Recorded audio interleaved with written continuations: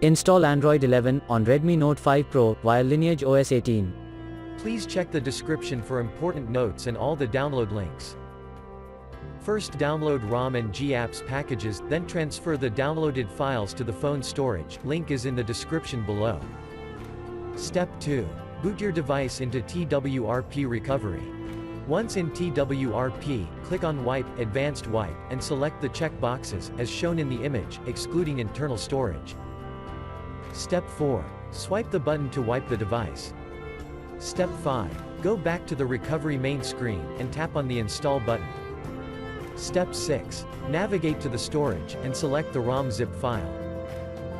Step 7. Finally, swipe the button on the screen, to install ROM file. Step 8.